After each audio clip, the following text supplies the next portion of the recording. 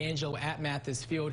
We are currently, what usually we're supposed to see, we're supposed to be at 16.08 inches of rain, and by the end of September, we're supposed to be around 18.09, and the yearly normal rainfall for San Angelo is supposed to be around 21.25 inches. But looking at the current situation, we have currently, since January 1st, only had 14.76 inches of rain. That is an inch point 24 below normal, so of course we are still needing that rain, of course, all across the Concho Valley, because we are dealing with those drought conditions. But here's a look at our reservoir capacities. Lake Nazareth sitting at 89% there, Twin Buttes at 67%, OH Ivy at 71%. Of course, OC Fisher is suffering there at 10%. It was at 12% about a couple of months ago, so we're continuing to see just minor dips in that reservoir capacity levels as we go into the next month or so, as we head, as we're experiencing those non-rain conditions. High today was 96 degrees, average high is around 85. Our record was set in 1926 when we got up to 102 degrees. Last night we got down to 74. Average low is supposed to be around 61, so we're definitely seeing those temperatures well above average as we go into the first full week of fall right now.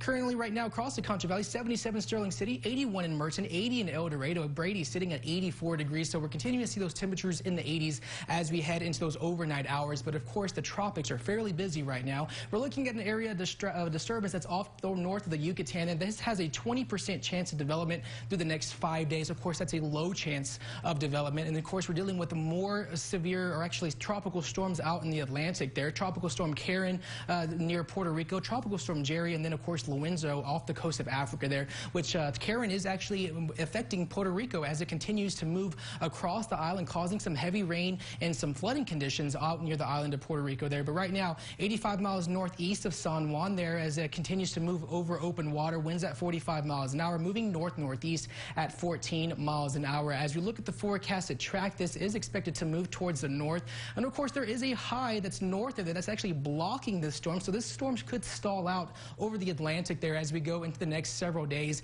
But of course, for us here in the Concho Valley and across the south central United States, we're going to continue to see those above average temperatures throughout the next 6 to 10 days, and this is from the Climate Prediction Center, with those temperatures still remaining in the 90s as we head into the end of the work week. Here's a look at the live radar network across the nation. We're dealing with this low pressure system with a dry line off to the west. We were seeing a few scattered storms, but of course they're dealing with some severe weather of course near just Nebraska, stretching from Kansas City. They're dealing with some tornadic type weather. We're not really seeing any of that, just mostly just those scattered showers possible as we head into the next several days. Temperatures are remaining in the 90s, mid to upper 90s. As that low pressure system moves closer towards the panhandle, we're going to continue to see these hot conditions. We get the occasional showers in the forecast as we head into Friday and Saturday there, but for the most part, just hot conditions. We are going to see just some more active weather for Sunday with isolated showers and possible as we head into the next 7 days for Sunday and Monday. And then we are potentially going to see our first strong cold front by the end of next week. That's what extended range models are suggesting,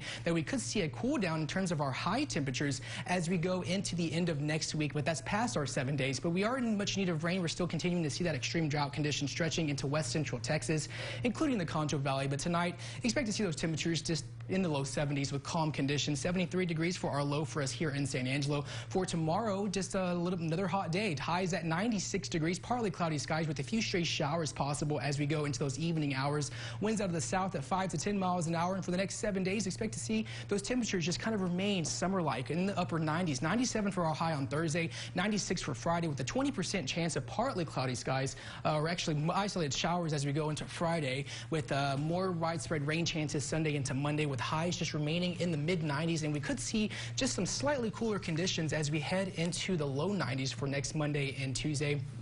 Overnight temps in the low 70s. All right, thank you, Chris. And coming up on KSAN News, details on the latest guidelines for arthritis.